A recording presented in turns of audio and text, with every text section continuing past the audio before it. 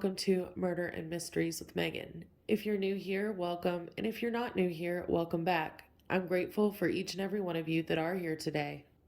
On my channel, we talk about true crime, hauntings, conspiracies, and other types of mysteries. So if that's something you're interested in, make sure to hit that subscribe button and that post notification bell. That way you're notified each and every time I upload a new video. Oh, and if you do like this type of content, maybe even give this video a thumbs up or comment below. That way I know if you'd like to see more videos like this in the future. In today's video, we're going to be talking about serial killers and their zodiac signs. I know many people are interested in zodiac signs, wondering things like, does their personality match with their sign? What sign are they meant to be with? What does their future hold? Anything to get some sort of answers in this thing we call life. Well, no one could have predicted that these following people would make the decisions that they did, becoming some of the most notorious serial killers in history. So my question for you is, do you share a zodiac sign with these serial killers? Number 1, Aquarius. Gary Ridgway, aka the Green River Killer, born February 18th of 1949. Between the 1980s and the 1990s, Gary Ridgway terrorized states towards the West Coast, the state of Washington, and even the state of Oregon.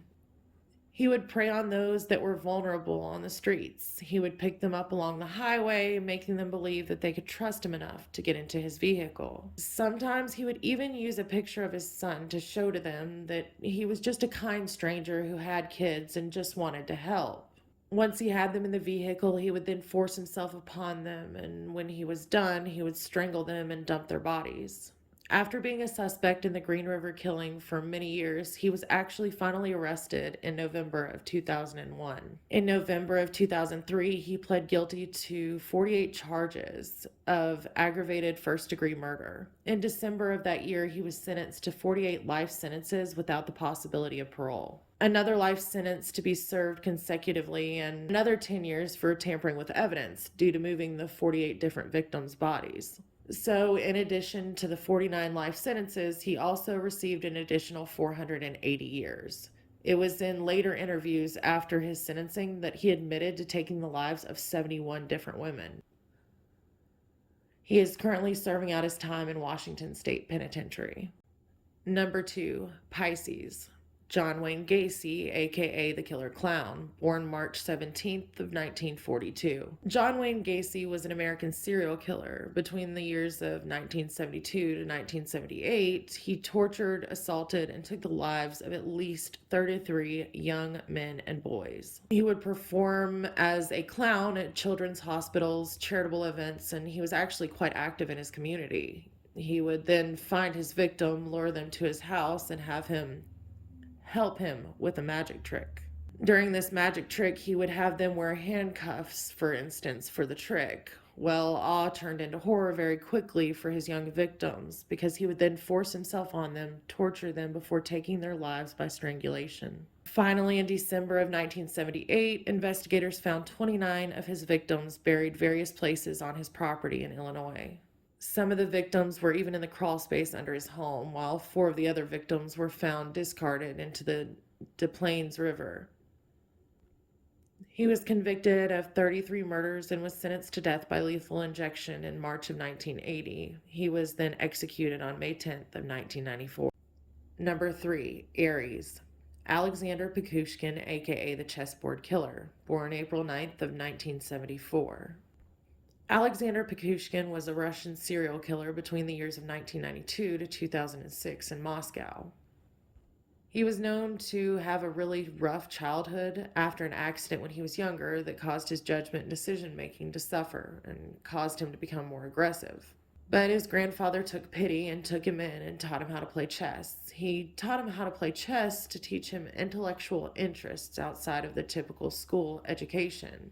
Pekushkin actually loved it and loved the game. He was a great player too, but when his grandfather passed away, it hit him really hard, and as Pekushkin continued to grow, so did his aggression.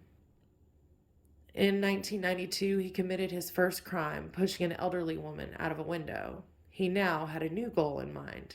He wanted to take the lives of 64 people. Well, you may ask, why 64? What's the significance of 64? Well, it's the same number as the number of spaces on a chessboard. Finally, Pekushkin was caught in June of 2006 and was convicted to a term of life in prison, with the first 15 years of that sentence to be spent in solitary confinement. This was for the 49 murders and 3 attempted murders, although he did ask them to add 11 more victims to that number so that it would at least bring his count to 60 victims with 3 surviving. He also admitted that he had felt like he was a god deciding whether someone should live or die. Quote, "In all cases, I killed for only one reason. I killed in order to live. Because when you kill, you want to live. For me, life without murder is like life without food for you. I felt like the father of all these people, since it was me who opened the door for them to another world." Number 4, Taurus. Herman Webster Mudgett, aka H. Holmes, born May 16th of 1861. H. Holmes was an American serial killer between the years of 1891 to 1894.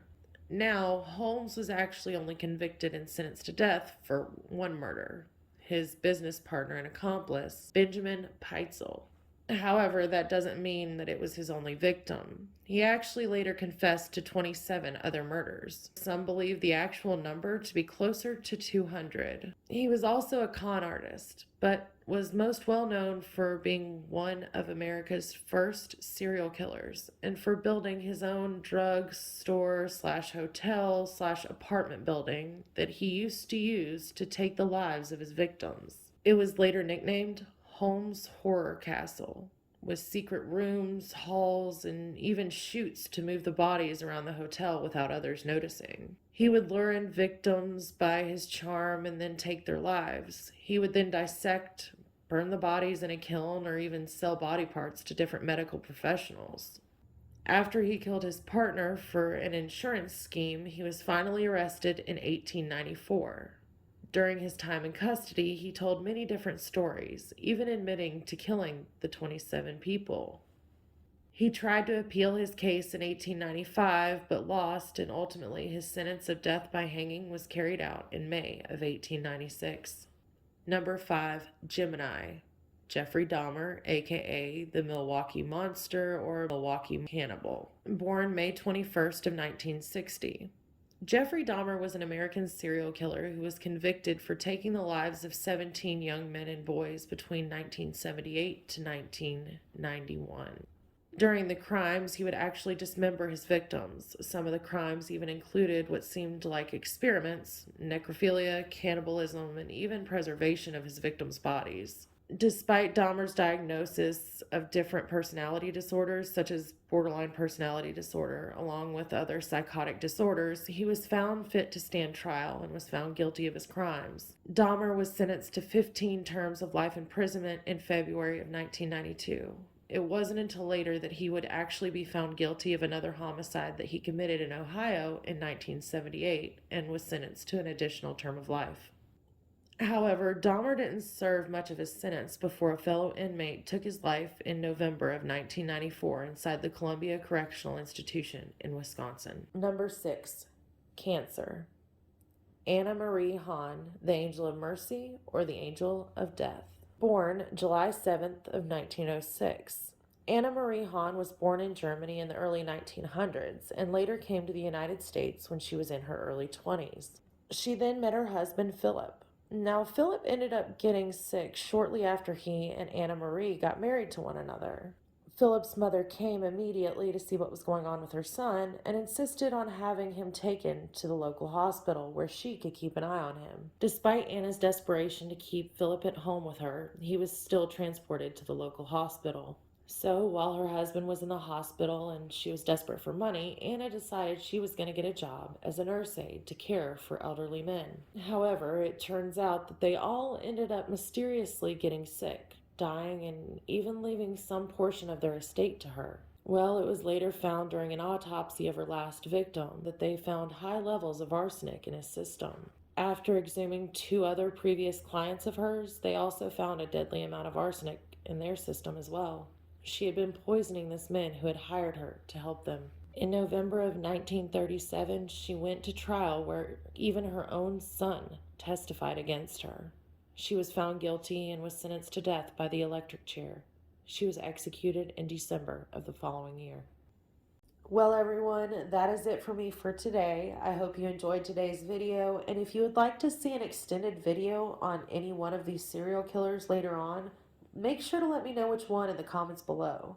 Oh, and don't forget to give this video a thumbs up, hit that subscribe button, and post notification bell before you leave if you've made it to the end of this video, and have a wonderful and safe week. Until next time, my mystery lovers. Bye!